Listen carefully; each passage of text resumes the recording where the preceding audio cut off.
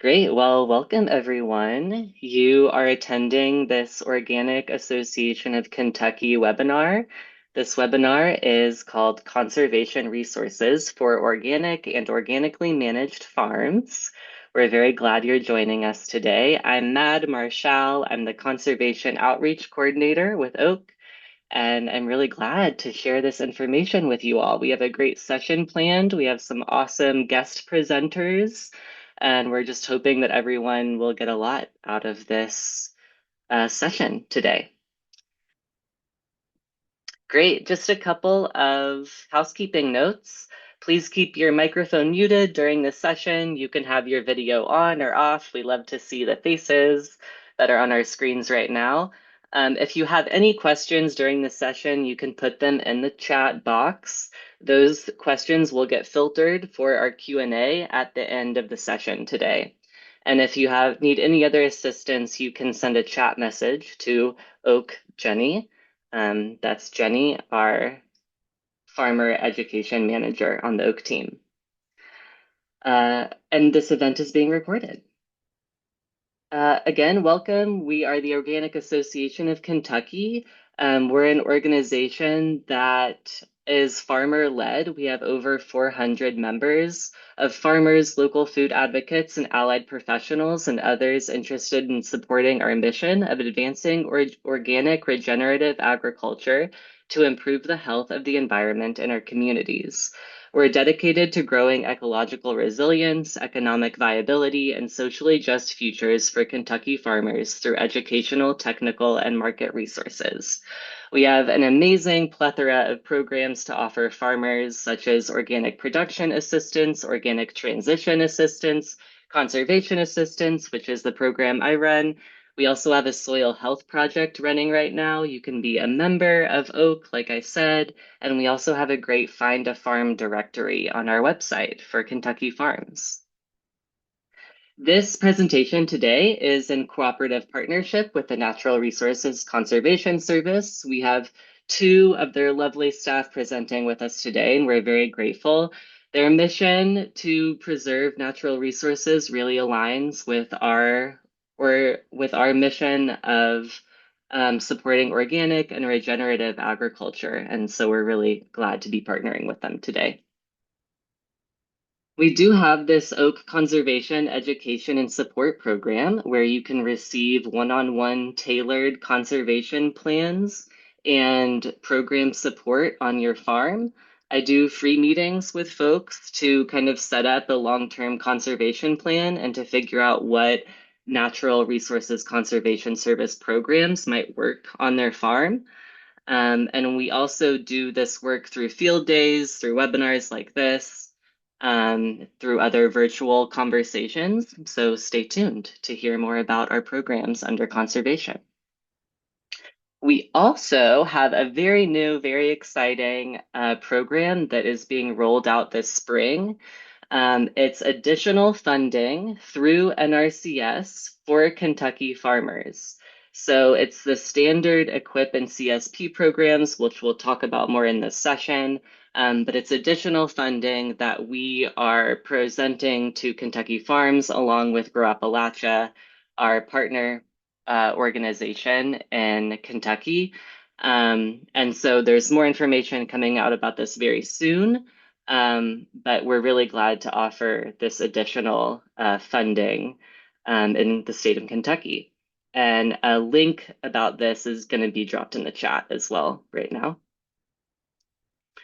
Just to orient us around the Natural Resource Conservation Service practice standards, I wanted to show you in this presentation today, you'll see this white text with conservation practices, and then the orange code number that NRCS uses right next to that. So when you receive these slides after this presentation today, you can click on that orange code number, and it will bring you to the field office technical guide that you see in that little laptop screen there, which shows you all of the practice standards within NRCS. And that's just a little hack for you to know today as we go through this program and as you continue to explore NRCS offerings. Okay, today's presentation. Again, we're going to talk about NRCS programs that are available to organic and organically managed farms this year. We're going to talk about specific practices for organic and organically managed farms. We're going to talk about organic transition support and how certified farms can find additional support with NRCS. And then we're going to hear from Joseph Monroe of Valley Spirit Farm in Henry County, Kentucky. He's going to tell us about his decade plus long experience working with NRCS and how that's helped him grow and bolster both his production and his conservation on his farm. And then we're going to have a good 15 minutes for Q&A.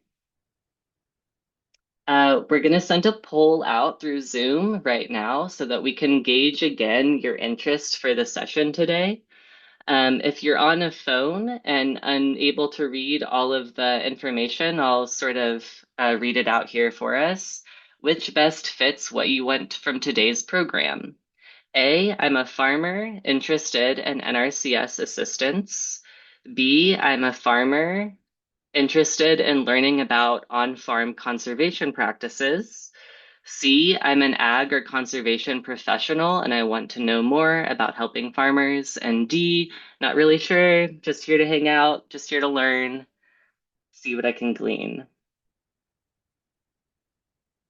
Again, if you need to just put the letter to the corresponding answer into the chat, if that's easier for you on the phone or whatever, please feel free to do that.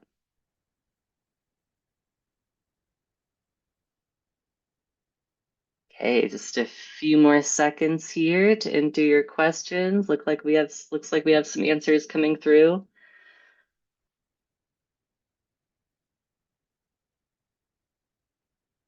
3, 2, 1. And we can just kind of look at those together. Awesome. So lots of ag professionals in the room and lots of farmers too, who both want to learn about NRCS and on-farm conservation practices. I think we can do that together. Cool. So just to show you a little bit about the natural resource concerns piece of farmers' work with NRCS, wanted to kind of show you our featured farmer here today, and his farm, Valley Spirit Farm, is that little red dot on the map there. Um, and what we're looking to do with NRCS and on all of our farms as conservationists is to improve all of these different conservation areas and all of these different natural resource areas. Addressing these through crop and livestock and forestry practices that also mimic the work of the natural systems of the surrounding ecosystem is kind of what we do best as organic and organically managed farms. When we're connecting with NRCS, of course, you want to find staff in your area after today if you haven't already connected with someone. Really coming into the office with detailed plans of what you're looking to do on your farm is best. The more detailed plans and goals you can kind of share with the field staff in your area, the more that you're going to get out of working together. They can kind of meet you in the middle by taking your plans and your goals and sort of putting them into the regulations and systems that they have available to them. And sort of by working in that compromise, you can really come up with some beautiful long-term conservation planning and also maybe even run into conservation work that you weren't expecting to do. They've been working with farmers for a very long time and have all sorts of practices and specialty in different conservation work. Two programs that are available right off the bat that probably some of you know about in this room are the EQUIP program and the Conservation Stewardship Program. EQUIP stands for Environmental Quality Incentives Program, if you didn't know, and Conservation Stewardship Program, sometimes you'll hear it by its acronym CSP. The EQUIP program is a cost share program. We're not going to get super into the weeds on it today because there's so much to cover. So many other programs to cover, but this is sort of the program that folks start with when they come into the NRCS office, when they want to bring their resource concerns to a better spot than where they are currently. They maybe want to work on some erosion issues, or they want to build up soil health, or they want to eradicate invasives in their forest. They might look to this program first to help to get their farm in a better working condition. These are some of the practices that are used commonly on organic and organically managed farms. There's even a new soil carbon amendment practice. Again, when you get these slides, you'll be able to click on that code and it'll take you to the job sheet for these practices. If you want to make note, if you want to hear more about any of these practices today, again, you can drop any questions in the chat, and we'll get to those when we get to our Q&A session. Oh, well, looks like I clicked on tree and shrub establishment practice, which is a really common practice for organically managed farms. And just wanted to go to the next slide there. Happy to talk about that practice more at the end too. The Conservation Stewardship Program is a 5-year contract where you have, once a farm has already done some conservation work on their property, they can get an annual payout for doing that conservation work, along with adding additional conservation practices. So it's a 5-year contract. The base pay is $4,000 a year. And then as you add additional conservation practices, the payment goes up. And those payment rates are based off of the equip payment rates. And that's sort of a new change too. So we can talk about that more if anyone would like to. The contracts are for forest land or ag land. And the eligibility for this program requires staff to come out to your property. And there's a stewardship threshold, which means that you have to meet certain resource concerns before you are accepted into the program and given a contract. Okay, and with that, I'm going to share the floor with Adam Jones, who is the Kentucky State Grazing Specialist. And he's going to get more into the organic transition and management programs that are offered to farmers. Thank you, Mad. What I wanted to share with everybody is NRCS will work with you where you're at and help you in a cooperative partnership to get you where you want to go. So, as an example, if you're like, I don't really know right now if I'm comfortable going full organic, but I really want to either right now, maybe you're doing vegetables and you're like, maybe I think I would like to increase my operation and go into livestock. Maybe it's conversely, you have livestock and you're thinking about going into vegetables or fruits or nuts or whatever you've heard about or you've thought about or that's your childhood dream of something you wanted to produce. We can come in and if you're wanting to transition to organic, we'll be happy to help you.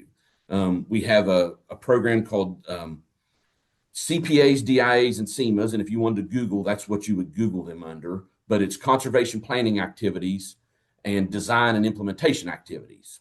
And so we have a paired practices, CPA 138 and DIA 140. And all these you can use your search engine and research more on those. But it's an opportunity to work with a technical service provider to come to your farm and work with you to guide you where you're at with the goal of making that transition to organic practices and using organic methods to raise your crops. In doing so, we're going to follow the standard 823 organic management practice. And that way we're going to look at your pest management. How are you managing pests on whether, and that varies widely, whether it's livestock or vegetables. We're going to look at your nutrient management. Especially if you're raising crops, what do they need? And then what sources can we get to get you aligned with that national organic program and their policies.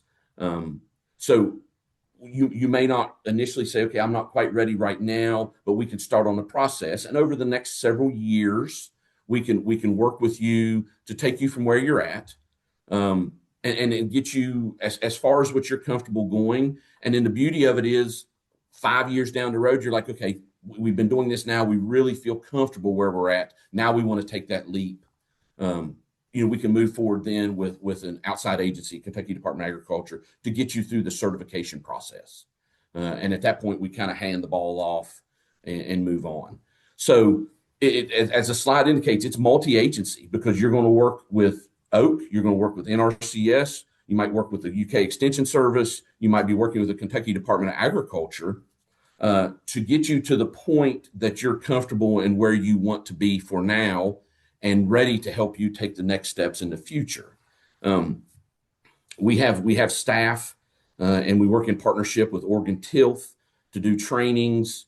If you go to Conservation Webinars is the website, they have organic NRCS organic practices and put on by outside parties to help train both NRCS employees as well as you through how do we work hand in hand. Anything governmental, Mad showed you the Field Office Technical Guide website. There's a tremendous amount of information there. You can use the conservation practice standards or conservation practice standard names. Read about what we expect, what our goals in a standard. There's implementation requirements or job sheets. So what you do on your land to get you where you want to go. These are all housed in Section 4 of the Field Office Technical Guide. There's also ecological tools. So there's calculators and there's grazing tools to help you calculate the carrying capacity of your farm. There's nutrient management tools. There's cover crop planting guidance. So if you can think it's probably in a resource there. Soils, weather, engineering, as you're thinking about things. And the beauty of it is it's on the internet. You can lay in bed at night, you can't sleep. These ideas are just rolling through your head, or maybe you had one too many cups of coffee too late in the day. You can look this up. You can begin crafting your plan. And several slides ago, it talked about showing up informed and prepared. So either when you come into the NRCS office and meet with Logan or your local planner, you can say, hey, I was reading about this standard. This is something I'd like to do. I printed out this map of my farm. So you're ready to begin. Okay, I want to do this. I want to do this. Can you bring somebody out as an expert to help me with cover crops? Or I want a high tunnel, or I have a high tunnel, but I'd like to do water catchment. I'd like to put some gutters on it, some tanks to use some of that water to irrigate, my crops. And I think I covered some of this a little bit but you work with technical service providers. They are certified by us. They have to meet educational requirements as well as job experience requirements. And they're going to use the same resource concerns, and they're your point of contact to prepare your plan. So, maybe you need them to come out, 3 or 4 times. They'll come out and work with you to craft this plan. And it may say that you need a high tunnel and you need cover crops, or you need grazing management, or you need weed control. So you bring that plan back to us, and then we can work through EQIP or CSP to craft financial assistance to help get you over some of those hurdles that we run into. The challenge is a lot of things are really good ideas, but they do take some financial assistance. They do take some assistance to get you over that hump or to buy materials. And it's just that it's financial assistance. It probably won't pay for the whole bill if you're going to do pipeline and a watering trough, but it will help out with a significant amount of that to help you make that next step with less of a financial burden.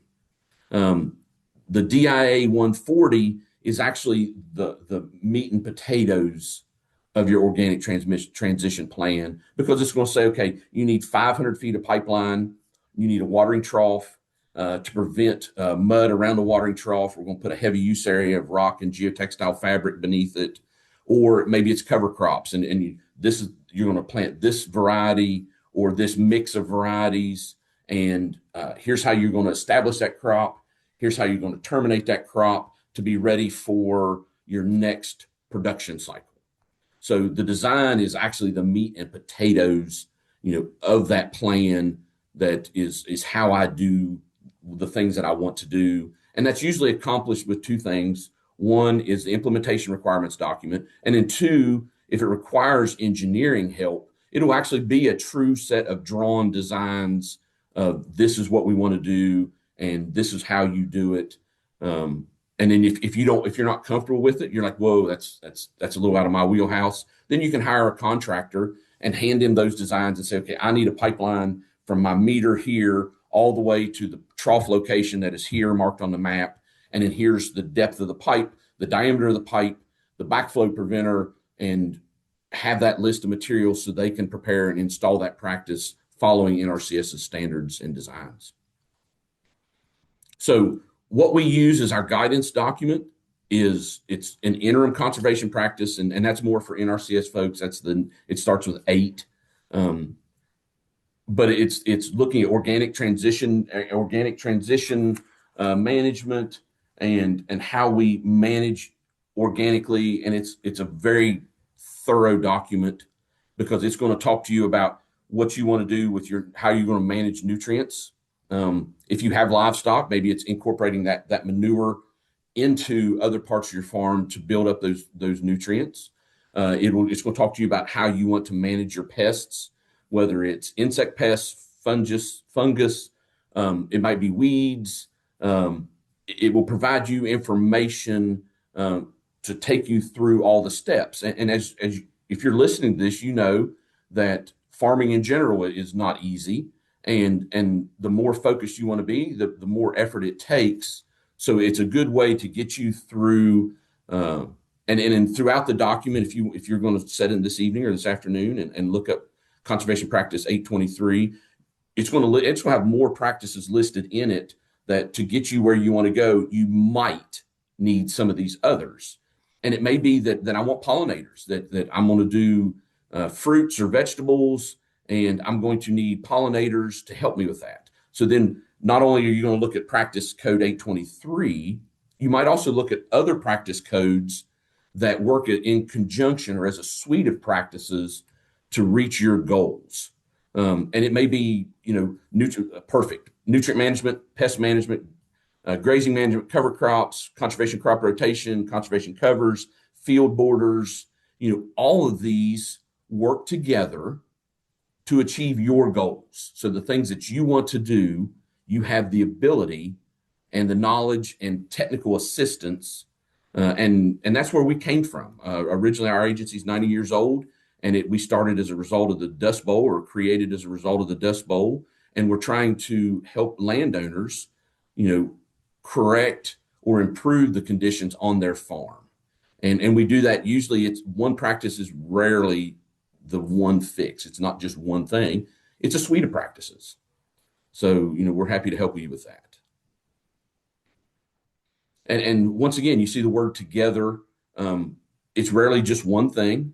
You may get a CPA 138 and a DIA 140. That creates a plan. You come back into the office, and we're going to look for some planning assistance and maybe some financial assistance. And then we'll look at some of those practices that were listed on the previous slide and say, okay, you've got livestock and you want to do grazing management. So grazing management is a practice that we can help you with, but it'll be a small payment for grazing management, but it also may include a payment for fence. It may have a payment for pasture improvements, pasture seedings. It may be improving your watering system. So it's pipe, watering troughs, heavy use areas. It could be a lot of different things. I mean, it could be nutrient management.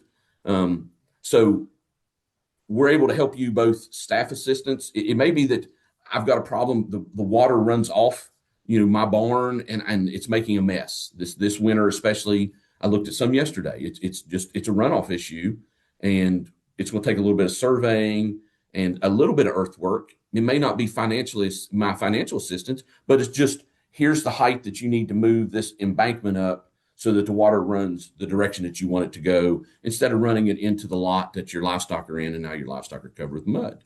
So it could be financial assistance, and it could be just good old-fashioned technical assistance. Great. Thanks, Adam. What a wealth of knowledge. I love asking all of my questions with Adam whenever I get him in the room. So please, if you have questions, put them in the chat. Along with all of that, I wanted to remind everyone that Oak also has a transition to organic program, and this is the last year for it. So we have dedicated assistants, that's Kenya Abraham on our team, to help folks really get used to the transition period, um, to get used to all of the paperwork, to really prime folks to move into that next section of their farm goals. So yeah, that we just dropped that link in the chat, and if anyone is interested, now is the time. Okay, transitioning in our session. Again, thanks, Adam. We'll hear from him more at the Q&A. But now I want to introduce everyone to Joseph Monroe, who is the owner and operator, along with his wife, Abby, at Valley Spirit Farm in Henry County, Kentucky. Um, and I'm not going to say any more. I'll let him do the talking. Joseph, take it away. Thanks, Matt. So great introduction, but my wife and I were, I guess, more traditionally trained in vegetable growing, but then we landed on this big farm that needed animals. It was our immediate reaction to seeing it. And so, what are we going to do with all the acreage that we can't or shouldn't grow vegetables on? And when you come on to a farm, you're going to have your own unique challenges and maybe also common challenges. And one of those for us was just a quickly depreciating infrastructure. And we needed to, if we were going to have animals, we needed water in more places than there was. And we needed interior fencing really bad so that we could get electricity um, throughout the whole middle of the farm so that we could hook in with polywire and really graze the way that we were reading about that was best for the land, because we didn't want to just throw cows out there and just have them kind of survive and just like lightly manage them. We wanted to be like really connected with the cows so that we were improving the land, maybe not just sustainable or degradable. We wanted to see improvement. Um, we also, in the early years, we did a high tunnel deal with NRCS to get another high tunnel. And so the interior fencing and then the laying the water was part of EQIP. EQIP was how we got started with NRCS, and it's really how we got started with the farm. And once we felt like we could move the animals quickly, they had water, food, electric to keep them in, then we really felt like that was that began to allow us to think about fine tuning the farm after getting the major resources taken care of. It took us, EQIP's like usually a 3-year long process. Like the screen is saying, we did a couple other little things. We were told that a pollinator habitat would make our application look better for approval. And we also had some pastures that really needed to be completely renovated to make them worth grazing. So yeah, we started with EQIP and it took us 3 years. And by the end of doing a lot of the work ourselves and hiring out some, that combination, because we wanted to use EQIP to help like pay ourselves by doing the work ourselves. We were pretty tired and we needed a break. And we took a year off of, building infrastructure and just started producing as much as we could on the farm. And that felt good to relax into like knowing the cows aren't going to get out of their paddock and that they have water right there. And the moves became quick. The farm became more beautiful and easy to see above the clouds of sometimes or weeds, if you will, of just like the the daily slog of farming. It became like we could think above it and start to fine tune it. And that's kind of where CSPs come in. Um, and if there might be, I don't know if what the next slide looks like, but going from, yeah, let's see what's here. Yeah, so we're just starting a CSP, and there was a few years I wish we had been doing it, but we didn't know that that's what you do. You go from equip to CSP practices to kind of start to, like I was saying, fine tune your operation. And we, as vegetable growers and as grass fed beef producers, we've always been on the cusp of thinking about certifying organic, even though we've been using organic practices nearly completely. We haven't made that leap, but I would definitely say if I was newer to this, then if I was starting over again, I probably would certify organic, and all these programs would be really helpful. I, as just someone who is not only like owning a business or managing a business, like we were the core laborers of the business, and sometimes you're just too tired to sit down and do more paperwork, and you just do what you have to do to pay the bills. And there are significant benefits of certifying organic, and one of them would just be to like say to any consumer anywhere, yes, I'm organic. And that's the end of the conversation versus some of the longer form conversations I have sometimes.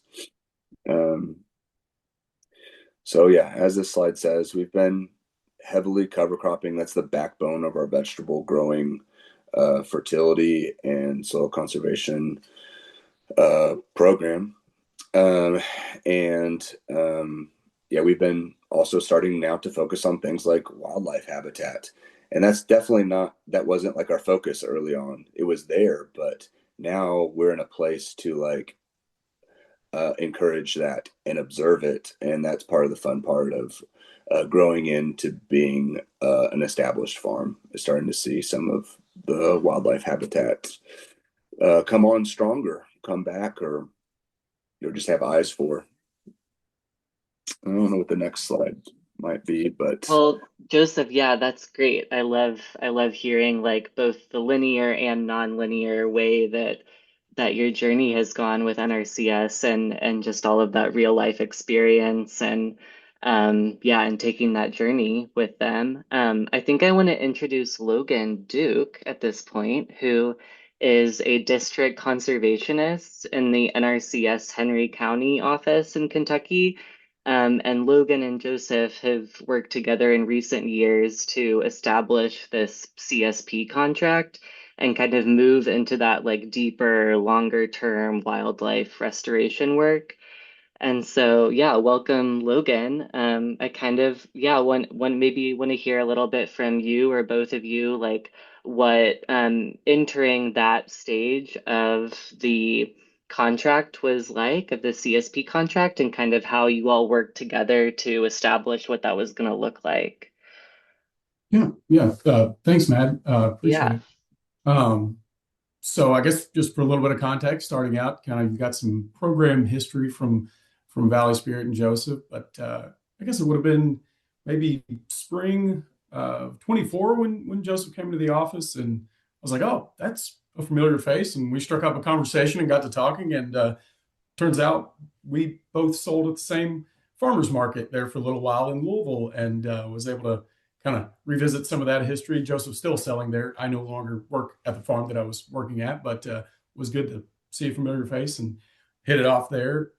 So then kind of got to talking about what is available for me. As Joseph said, participated in EQIP in 2016, I think it was, in 2018, and then kind of got wind of some of this climate smart dollars, and Inflation Reduction Act dollars, and had worked with Oak, and so he visited our office, and that's kind of when I got a little bit of the history of the farm, and we set a field visit date to meet out there. And in between going out there to the farm, I was able to pull a couple of the old equip contracts and, like we discussed, see the infrastructure that had already got put in place through equip, the interior fence, some of the tanks, a little bit of the pollinator wildlife habitat, kind of get those beneficial insects, and the high tunnel that was put in, and kind of just go over and see what the NRCS planner before me had done, and what Joseph and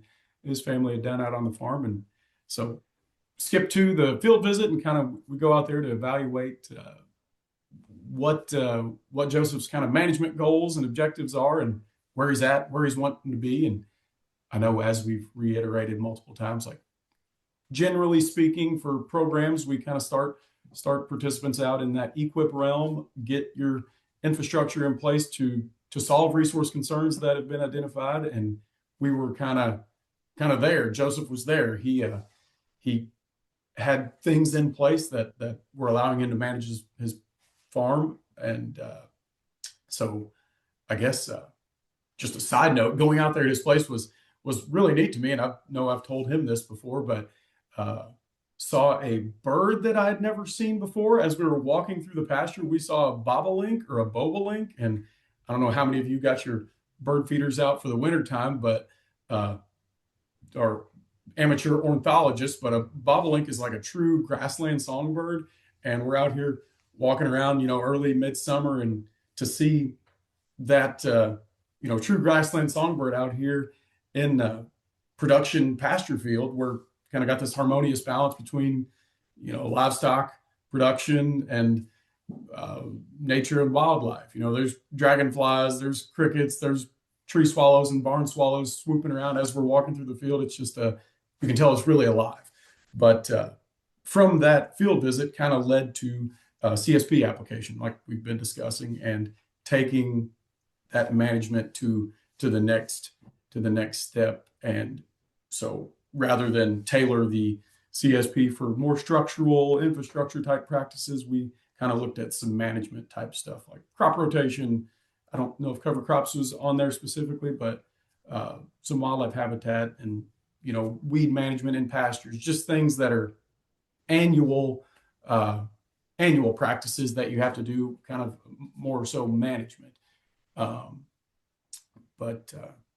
Yeah. And then that kind of sums up where we're at right now. Joseph's currently carrying out the CSP application and installing some of those practices, and working with us throughout that. But hope that gives a little bit of context at least. And yeah, so Yeah, that's awesome. I love hearing about just taking that walk and seeing all of that nature emerge, and I'm sure a lot of that is because of your all's work and being able to implement those programs and help support. Well, cool. Thank you, Joseph and Logan. We'll hear from them again at the Q&A. And yeah, just a reminder, if you want to enter any questions into the chat, we welcome them, and we'll circle back to that. We have another poll that we would love to hear from all of you on. And then we also have a survey at the end of the session today. But this poll is kind of just gauging that next step after hearing this download of information today, kind of assessing where you are right now and what the next step is. So A is I plan to reach out to NRCS and start the process of an application or receiving technical assistance. B, I plan to revisit my contracts and applications with NRCS. C, plan to schedule a call with me to kind of learn more about all of the options if you're feeling unsure. D, I'm not sure yet, not ready to make a move, and we'll kind of dig into the summary and resources that you're going to get from this session today.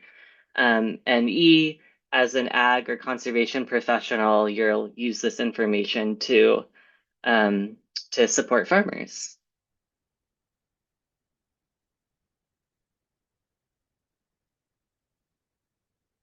Cool.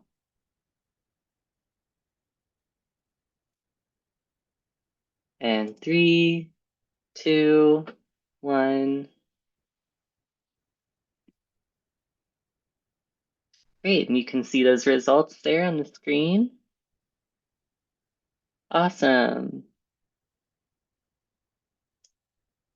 I love to see a lot of folks eager to revisit their contracts. That's great. Well, I would love to open up the floor a little bit. I do just want to flash this slide on the screen, and then I'm going to kind of stop screen sharing for a minute, so that we can, yeah, kind of open up the floor. We have some questions in queue that I'm going to ask of our guests right now. And if you have any additional questions, again, you can put them in the chat. If you'd like to jot down any of our presenters' information, contact information from this, feel free. And again, you'll also have this slide later.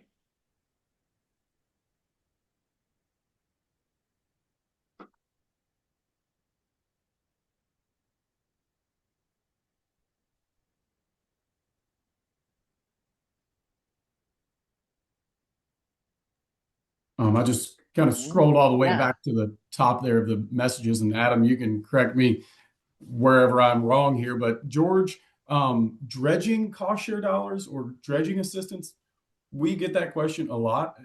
Um, no, generally speaking, no, we don't assist with like pond clean out, but now the irrigation infrastructure, that might be something that we look at. There'd be some engineering involved as far as, surface runoff to the pond, how much quantity we need for X number of months, how many inches of irrigation are you putting on, but just sheer sediment dredging is not really something that we cost share with.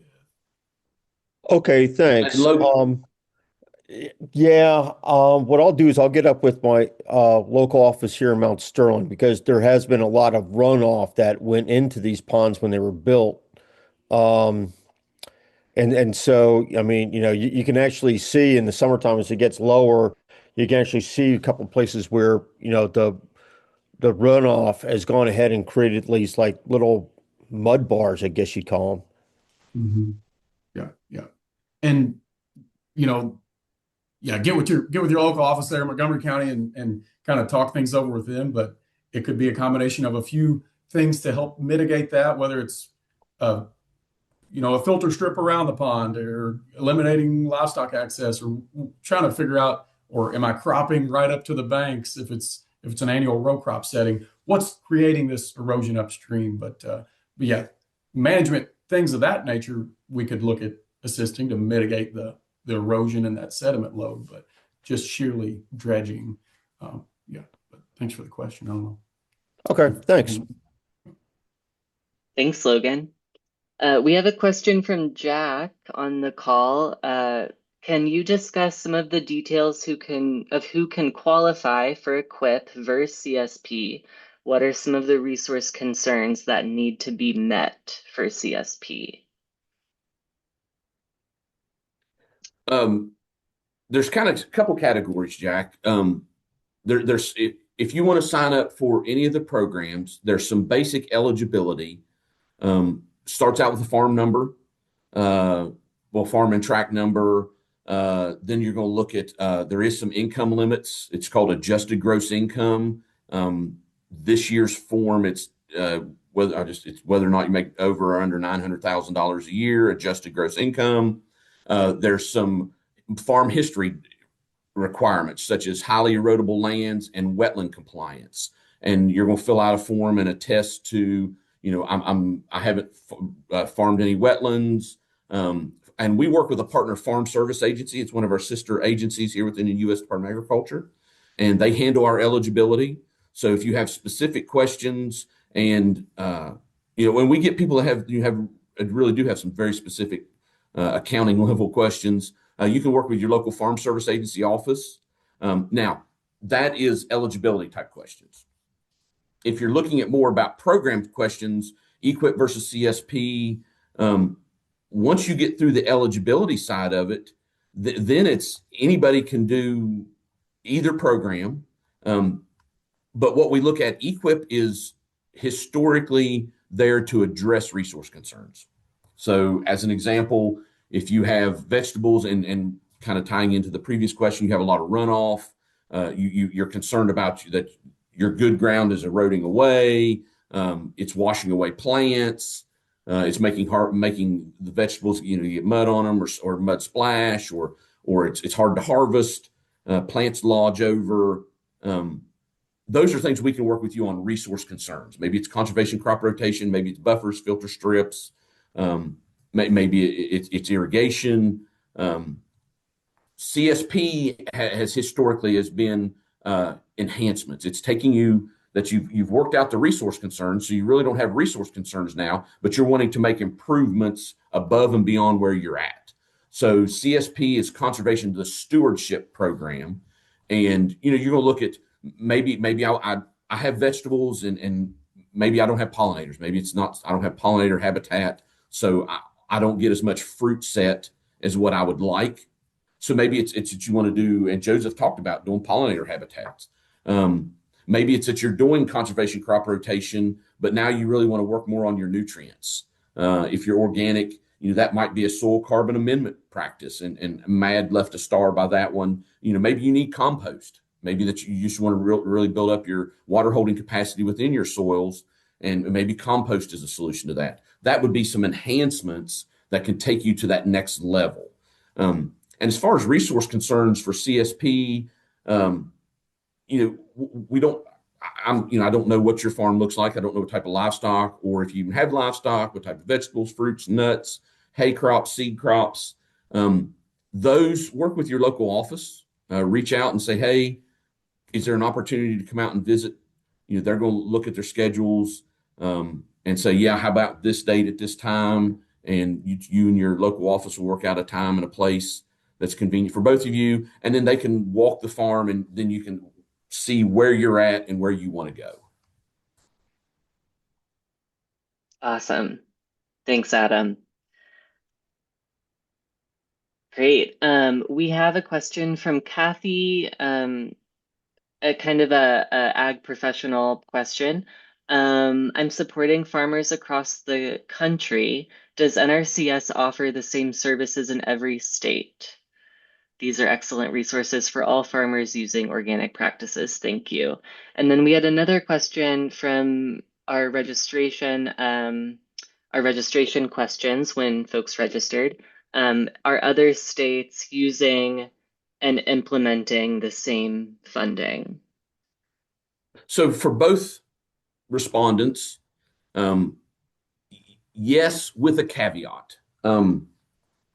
EQIP, CSP, the Regenerative Pilot Program, RCPPs, they're available in all states. Now, RCPP, each state has their own. So Kentucky has a unique RCPP with oak and Grow Appalachian at Berea, but every state may have their own RCPPs. EQIP and CSP will be available in every state. Now, the practices do change from state to state. We have a national list of conservation practices, and then if you go to Field Office Technical Guide, your state might have different practices in Kentucky, and that is through consultation by the State Tech Committee, our land grant institution, universities, what we really need to focus on within our state. And in some things, just geography don't make sense for Kentucky, coral reef enhancements, shoreline protections for beaches. We don't have any. So, some practices just don't make sense from that standpoint. But from a program standpoint, EQIP and CSP are available in all states. Great. We have a question from Blake. Is there a program for water line installation? There is, and it's not just. It could be if you have livestock and you want, hey, I need to get water to this pasture field. I can't graze it as much as I like because I don't have a water source there. Then yes, we can do livestock pipeline. We can also do water line if your question's more focused on irrigation. And once again, that's a question. Contact your local office, and then you can be very specific and prepared for the farm visit and say, I want to irrigate strawberries, or I want to irrigate apple trees, or I want to irrigate blueberries. And then we can come in much more informed and readily able to help. And we have engineers that can come out and size the line, what your water demand is, how far do you need to carry that water, because there's some friction loss in the pipe, and to get very technical on what your needs are and the right size pipe, type pipe, and location of that pipe. Thanks, Adam and Matt. Appreciate it. Awesome. Kind of calling back to what Joseph brought up about being told that the practice for pollinator habitat could make his application rank higher or be more successful. Wondering if there's a general practice of ranking farms higher that have multiple or priority practices. Adam, I know you've been taking all these questions, but so like we discussed earlier, like the suite of practices, having multiple practices can help make an application rank better. But not to play devil's advocate here, but like you mentioned at the beginning, come to your office with a good set of goals and plans in mind for your farm. We rarely get that. I wish we got that. But if you have goals in mind, just initially speaking off the cuff, don't try to tailor your farm goals just to fit one of our programs. I hope you have business goals and farm goals that are fitting you as a business owner, you as a farm owner, and that are trying to get you to where you want to be. And when we meet up to develop our plan, maybe some of the things you want to do marry up with EQIP, maybe they marry up with CSB, or maybe they don't. Maybe you have 7 goals in mind for the next 3 years and 5 of those fit in EQIP or something. But I guess to answer the question, generally speaking, yes, a multitude of practices helps an application rank better, and it does depend on what fund pools they're competing in, and it can get a little bit complicated even for us employees when it comes to ranking applications. But these are kind of conversations to have with your local office, because sometimes different counties, different areas of the state have priority watersheds or priority practices. Like, there are some priority practices in Jefferson and Fayette County for high tones that we don't have in other places. But hope that kind of answers the question. That's great. Thanks, Logan. We have a question for Joseph from Kayla. Can you speak to any challenges with getting started with NRCS and how you overcame them? Or challenges getting started with the conservation work in general,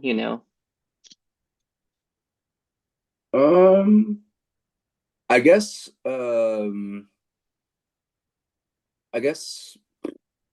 it wasn't, I didn't even know that I should go to NRCS in the first place. Like, it was through a master grazing course at Kentucky that I learned that they told me, like, hey, you should go to NRCS. And I think I get from there, I just had so many goals for the farm. It's like hard to distill like what you need to focus on. And so I definitely needed help there. I would just say my NRCS reps then and now are really good and very helpful, and really helped me figure out what I should be doing. I didn't really have any barriers that weren't my own barriers of lack of knowledge or lack of comprehension. Like, a lot of times those numbers like that really confuse, like just all the letters and numbers are just like confusing and overwhelming for me. Which ones do I pick? It's not distilled down now like the way Mad has made it. Like, these are the primary ones. These are probably the ones you will use. There's just like a huge list of numbers and letters, and it's just confusing. Um, but that's why going into the office and just talking to a person is really what made me feel like I was out of the weeds and I could see what the programs meant, and with some help understanding what practices I should really go for to make the biggest impact for improving the usability and sustainability of my farm. So I didn't um, see any, I didn't feel any exterior um, limitations or boundaries. It was just all me. That's awesome. Yeah, thanks for sharing that. I think that a lot of people have the same overwhelm of looking at all of the practices and all of the acronyms and not knowing where to start. So, good to know that you can come out of the other end successful on that. Um, Another little question I want to sneak in here. What resources are available for pollinator habitats? This one came in our registration. I think any of you, Joseph, you could answer too. Um, so yeah, just any extra resources if someone's looking into establishing a pollinator habitat, kind of where do you suggest folks start? If you shot me over that individual's contact information, I could send him some stuff, but we've got some really good publications from like Xerxes Society. They put out some good stuff on the Southeast region pollinators, uh, even our job sheet, even our 327 conservation covered job sheet. We're getting away from that. They're coining it 420 habitat uh, improvement. But anyways, that's for us to deal with. But we have good species lists, and I've got a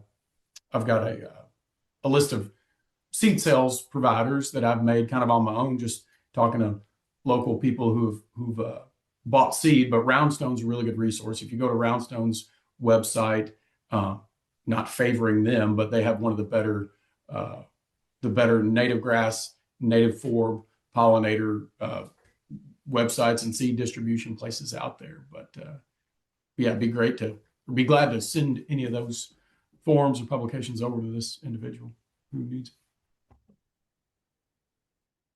Great. Thanks, Logan. I think that's all the time we have for questions today. Just want to do a quick wrap up with you all. Um,